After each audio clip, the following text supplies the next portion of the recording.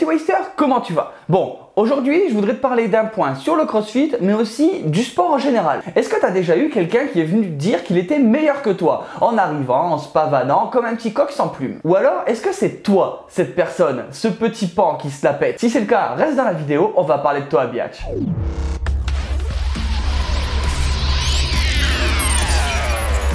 Je sais pas si t'as remarqué, mais ça fait quelques vidéos que je suis légèrement en train de craquer.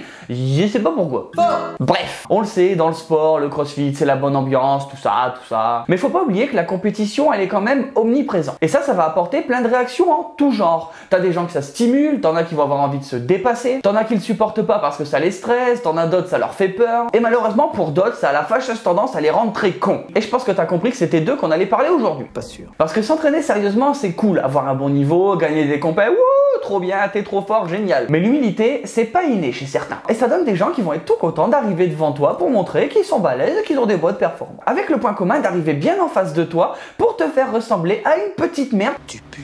Et qui est vraiment très nul comparé à eux. Parce qu'à leurs yeux, t'es un petit peu Comme un insecte. Mais c'était sans compter Jordan qui va te rappeler quelques trucs. Oui, je parle de moi à la troisième personne, je vois pas où est le problème. Forcément, si tu gagnes une pure compète, que tu triomphes, là oui, tu peux te la péter. Genre tu bats Willy George sur un WOD, tu peux arriver comme ça et puis tu danses et tout, tu vois, pas de soucis, t'inquiète. Et si quelqu'un te fait chier, tu fais qu'est-ce qu'il y a?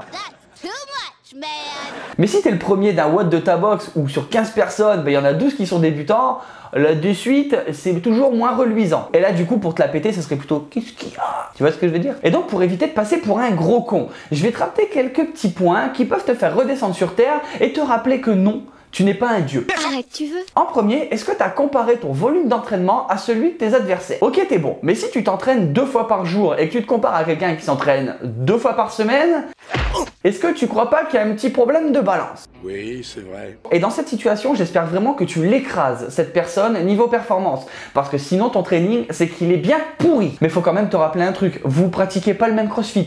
Lui, il fait ça tranquillement, toi, tu fais ça intensivement. Alors essaye pas de vous comparer, ça sert à rien. T'es lourd. Deuxième point, depuis combien de temps vous WODez? Encore une fois, si tu passes un snatch à 100 kg, trop bien, c'est cool. Mais si tu viens de pavaner devant un débutant qui arrive même pas à faire un high pull, à quoi ça te sert? Quelle gloire! C'est un peu comme les mecs qui descendent des pistes bleues tout chousse au ski.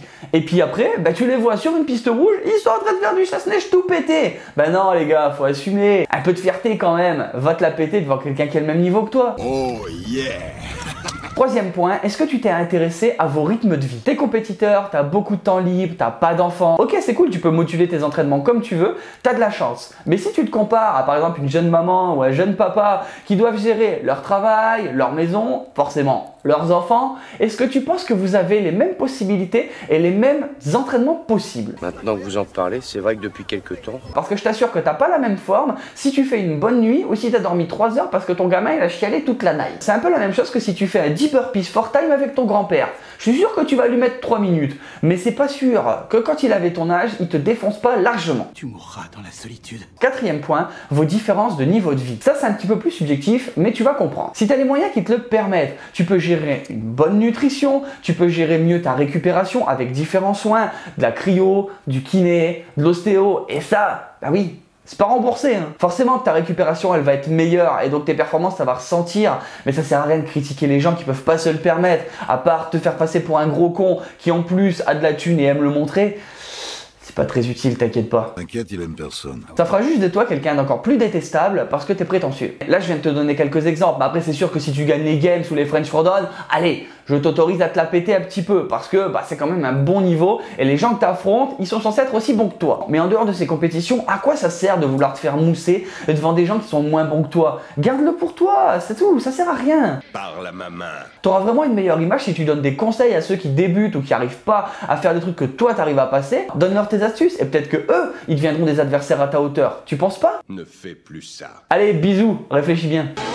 Bon, et sinon toi tu connais des gens comme ça ou alors est-ce que t'en fais partie? Tu peux le dire en commentaire ou les balancer, comme ça on pourra en parler. En attendant, la vidéo elle est terminée. Si t'es pas adaleux, laisse un pouce bleu, abonne-toi. Si tu veux rejoindre la team et voir un petit peu plus de l'envers du décor, n'hésite pas à me rejoindre sur Instagram et Facebook, les liens ils sont en description comme d'habitude. Si tu veux porter les couleurs de Waze, il suffit d'aller sur le store, le lien il est aussi en description. Et nous on se retrouve chaque mardi et vendredi pour une prochaine vidéo. Ciao ciao.